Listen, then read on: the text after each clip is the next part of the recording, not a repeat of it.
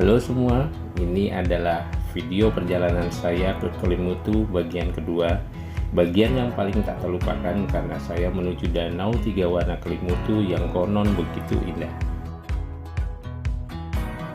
Perjalanan dari tempat saya menginap di Desa Muni sekitar 30 sampai dengan 40 menit. Harga tiket masuk Rp5.000 per orang untuk domestik dan Rp150.000 untuk orang asing.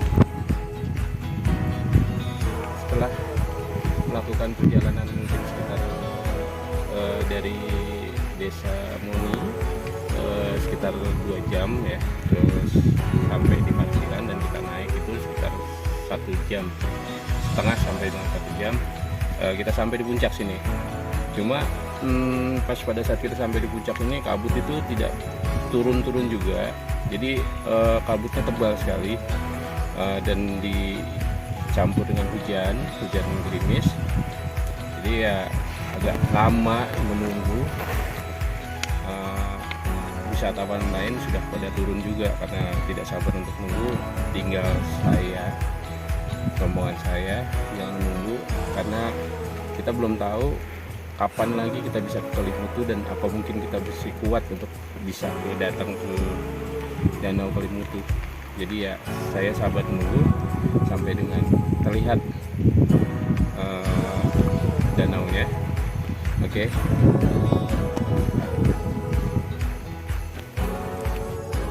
Nama 3 danau di Kelimutu berasal dari nama tokoh dalam legendanya. Atabupu adalah sesepuh yang dikenal baik.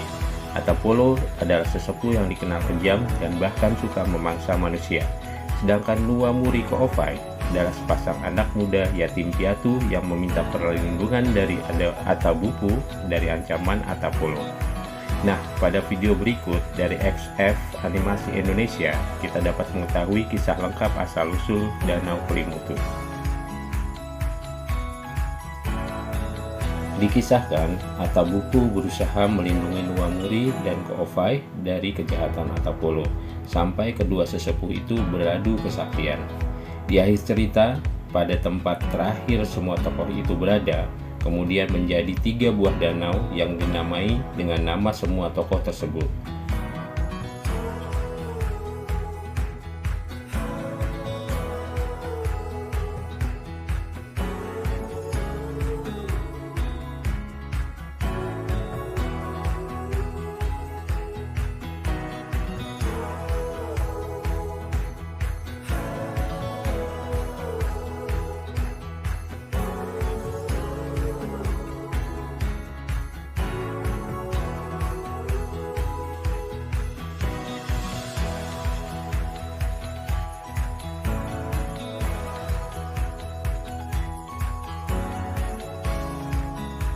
Karena hujan dan kabut tak kunjung reda, saya memutuskan untuk turun dari puncak Kelimutu.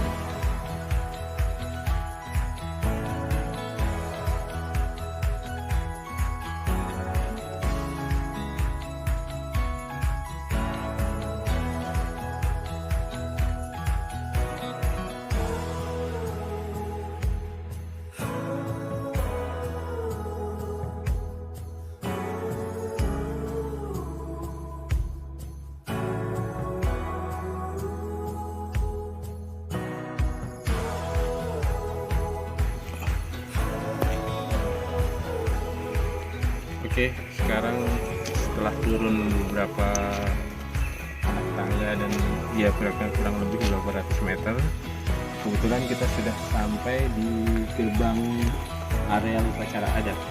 Nah, di sini sebetulnya ada penjelasan di awal, berhubung saya tadi naik masih gelap ya, jadi tidak terlihat ini. Nah, di sini ada penjelasan di Danau Kelimutu itu ada tiga danau. Nah, danau orang tua.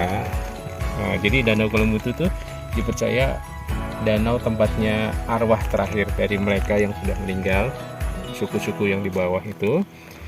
Nah, untuk danau orang tua, dia itu untuk orang-orang yang berbuat baik, selalu berbuat baik akan ditempatkan arwahnya di danau orang tua.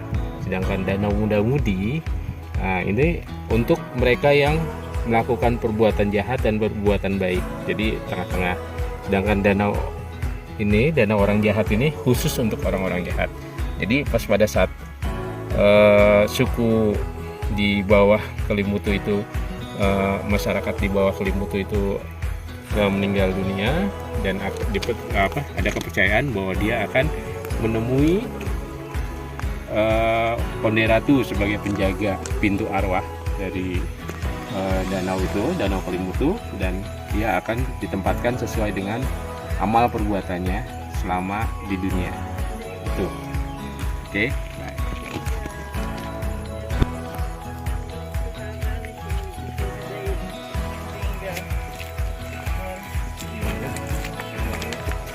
Ini adalah tempat wisata dari suku-suku yang ada di daerah Kelimutu ini. Nah, ini lokasi dari upacara adatnya. Sebelum mereka akan naik ke atas untuk melakukan upacara itu. Ini tempat upacara adatnya. Nanti kita searching lagi upacara adatnya, apa yang dilakukan oleh orang-orang adat dari daerah di bawah danau itu. Saya masih belum begitu paham, jadi nanti akan saya jelaskan lagi. Baik. Sekalipun belum bisa menikmati indahnya danau, saya terpesona dengan merdunya kicauan burung, antara lain garu giwa yang disebut dengan kancilan Flores, yang sering disebut sebagai burung arwah dan digunakan sebagai ikon dari Balai Taman Nasional Kelimutu. Burung ini mampu menirukan suara dari lingkungan sekitarnya dan terkenal dengan keragaman kicauannya yang tersusun dari 12 nada yang berbeda.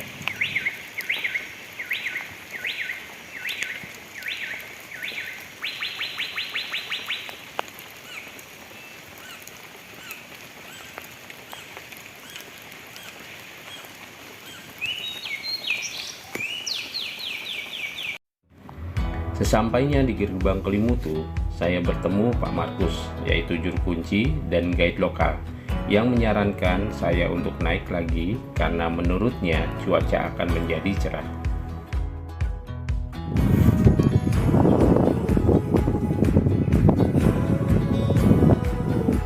Ya, ini kali kedua saya naik kembali yang di Gadukan.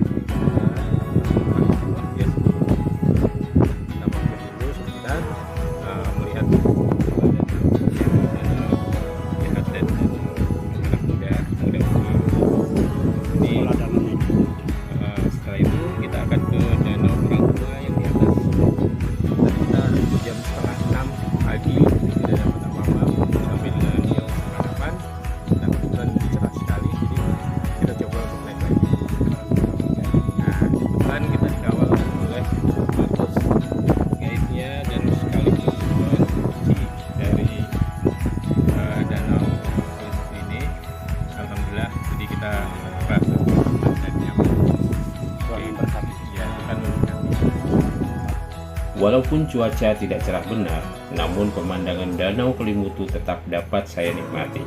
Pendakian kedua ini membuahkan hasil dan tidak terbayang betapa indahnya kalau cuaca sedang cerah.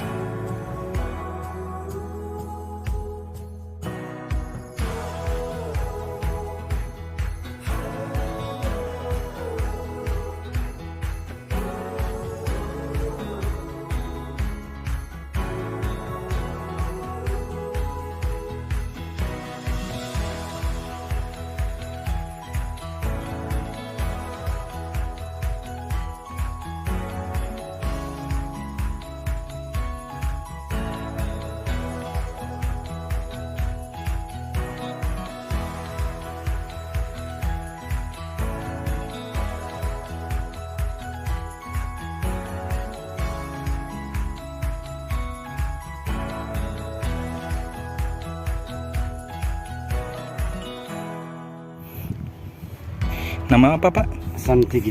Sentigi. Nah, ini buah sentigi, buah yang umur panjang katanya. Bisa kalau kita makan bisa umur panjang, mendapatkan umur panjang. Apalagi Enak, manis. Coba saya manis.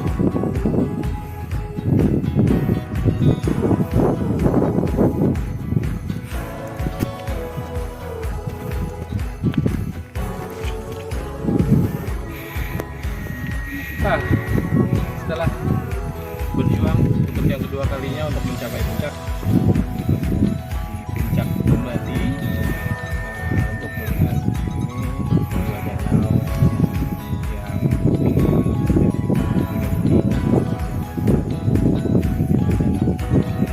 Rangihan. Kita belum lihat, tadi udah sempat lihat di bawah, udah agak terang, cuma agak lagi naik, jadi nggak kelihatan lagi untuk yang danau neneknya, danau orang tua. Oke, selamat menikmati.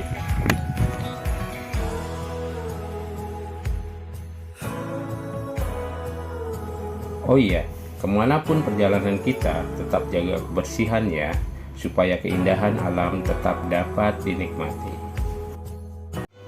Sesampainya di bawah lagi, saya melihat beberapa penduduk sedang bersiap untuk upacara tradisional yang akan diadakan tanggal 14 Agustus setiap tahunnya.